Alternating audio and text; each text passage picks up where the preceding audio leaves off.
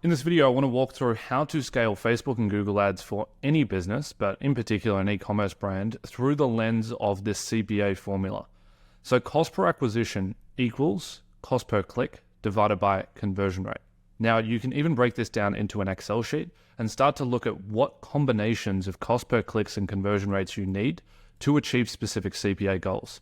So if we're going for a $50 CPA or a $50 CAC, we would need dollar clicks at 2% conversion rates or $2 clicks at 4% conversion rates. And then likewise for $30, I've gone and mapped this out as well. Now, fundamentally, all of this isn't true. I think it's a good, easy formula and lens to look through to be able to identify whether your business model is even scalable and what kind of efficiency you can get to. But all of this is assuming that a click occurs and then a conversion occurs immediately.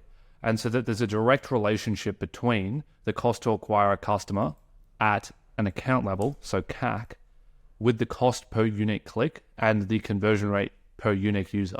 But this just isn't true just due to the complexity of the customer journey. And so you might be able to look at CPAs in platform and start to orientate around CPCs and conversion rates. And you can still use this as a good indicator for what needs to improve, what levers you have available to you to drive down CPAs.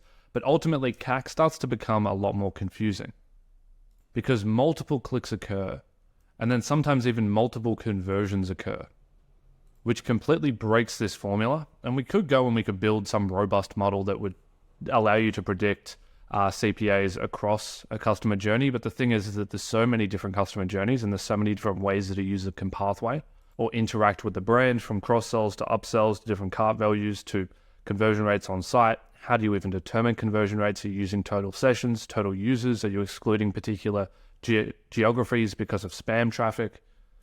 The complexities start to increase and increase. This relationship exists, but on a cross-platform journey, it doesn't. Now, with this being said, fundamentally, you could use this understanding to always either drive CPCs down or to drive conversion rates up. As generally, either one of those actions across multiple platforms will yield better performance and better efficiency for you as a brand. However, this is where the nuance appears. There is a flaw to how low you can get CPCs, and there is a ceiling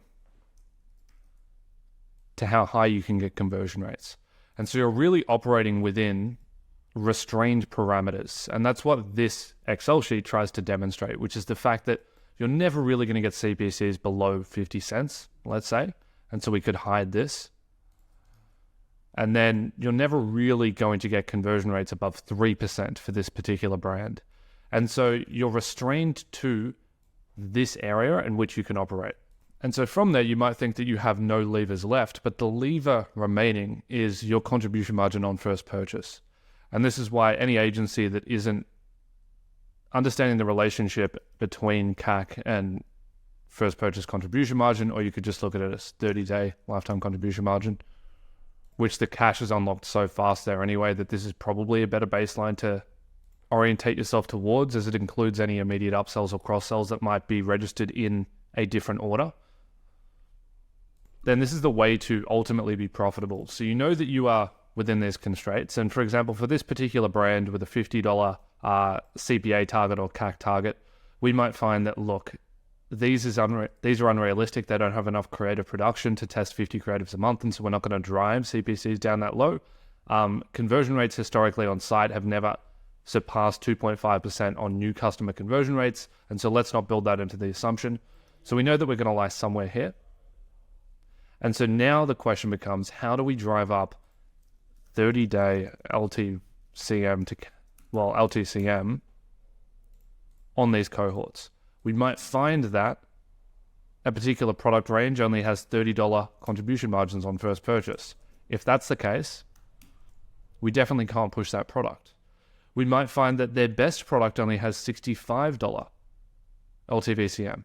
And so this means that even in a best case scenario where we achieve their CAC target, we're only at a 1.3 LTVCM to CAC ratio. And so we're not in a profitable position at all, unless they have an incredibly high repeat purchase rate in the following 60 days, which is unlikely for majority of businesses. And so the focus of this brand is no longer on how to drive CPCs even further down and how to drive conversion rates even further up. even though that should be a focus, it's likely not the bottleneck and immediate growth in the next 14 days. The bottleneck is, how do we drive more contribution profit on first purchase? Can we raise prices by $10? Because if we raise prices by $10, guess what? This goes straight to 75. And now LTV to CAC is 1.5. Okay, maybe that's not an option. So let's go back. Maybe we can bundle though. We can remove any ability to purchase single units, and we can only purchase bundles. We gain efficiencies in shipping, because as UPT increases within quantity at an order level, you will generally get economies of scale in all variable costs associated. And so let's say that rather than this jumping up 2x, it jumps 2.2x because of those efficiencies gained. Now we've got 143. Okay, maybe as a byproduct, conversion rates get a bit worse. And so maybe CPAs trend up a little bit to $60. Maybe they even trend up to $70. But now we're at a 2 LTV/CM to CAC ratio. This is actually now a fairly profitable position to be in. You just have to make sure that you really have your operating expenses controlled, and you can be quite profitable here. Now, ideally, you probably want to be closer to a 2.5, a 2.6, so that you can get more of a squeeze in operating expenses and start to reinvest into operations to scale, production and to scale fulfillment. However, that's likely just going to come from further efficiencies in driving down CPAs by getting budgets up to $10,000 to $15,000 a month to increase your customer conversion modeling and get more efficiency out of the whole system. Not to mention, returning customer rates should trend up over time as your database grows, and that should also compensate for further profit contribution from your repeat P&L, which should help in covering operating expenses. And so suddenly you turn into a business that's in a much different position and can actually scale quite rapidly. And so what I would say to any e-commerce business owner watching this is that if you go to an agency for an audit, you get that audit, and there's absolutely no mention of profit contribution on first purchase or within the first 30 days, how do you expect growth?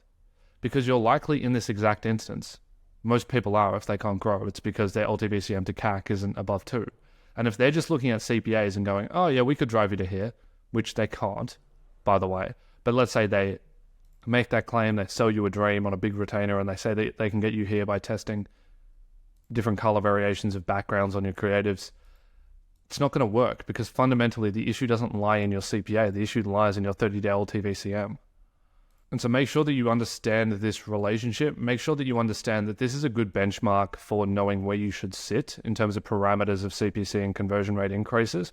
But that the fundamental reality of it is that this is just a simplified model of a very complex customer journey, and that it doesn't really represent how this will play out on multi-platforms with multiple different touch points, with multiple clicks from individual users, with multiple conversions from individual users. Then this math completely breaks and it doesn't really work, and you just have to look at averages at a month-on-month or a day-to-day level. Thanks for watching that video. If you want to learn more about BlueSense Digital, click the link in the description below. Reach out to us for a free growth evaluation video where we'll map out how you can achieve your financial outcome goals with your e-commerce brand over the next 6 to 12 months.